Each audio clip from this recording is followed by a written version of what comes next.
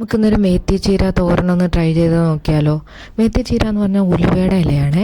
അത് നമ്മൾ ആദ്യം നല്ലോണം മണ്ണുള്ളത് കാരണം നല്ലോണം വാഷ് ചെയ്ത് ലീവ്സ് സെപ്പറേറ്റ് ആക്കി എടുക്കുക. ഇനി അതിൻ്റെ ഇൻഗ്രീഡിയൻസ് എന്താണെന്ന് നമുക്ക് നോക്കാം. ഇൻഗ്രീഡിയൻസായിട്ട് നമ്മൾ എടുക്കുന്നത് സവോള, ചെറിയ ഉള്ളി, വെളുത്തുള്ളി, ചെറുജീരകം, ആവശ്യത്തിന് പച്ചമുളക്. ഇതെല്ലാം നമ്മൾ മിക്സിയുടെ ജാറിലേക്ക് ഇട്ട് തേങ്ങ, മഞ്ഞൾപ്പൊടി, ഉപ്പ് ഒക്കെ ചേർത്തൊന്ന് ഒതുക്കിയെടുക്കുക. ഇനി നമുക്ക് അതിൻ്റെ കുക്കിങ്ങിലേക്ക് നോക്കാം. കുക്കിങ്ങിനായിട്ട് നമ്മൾ പാൻ അടുപ്പത്ത് വെച്ച് വെളിച്ചെണ്ണ ഒഴിക്കുന്നതാണ് ഏറ്റവും നല്ലത്.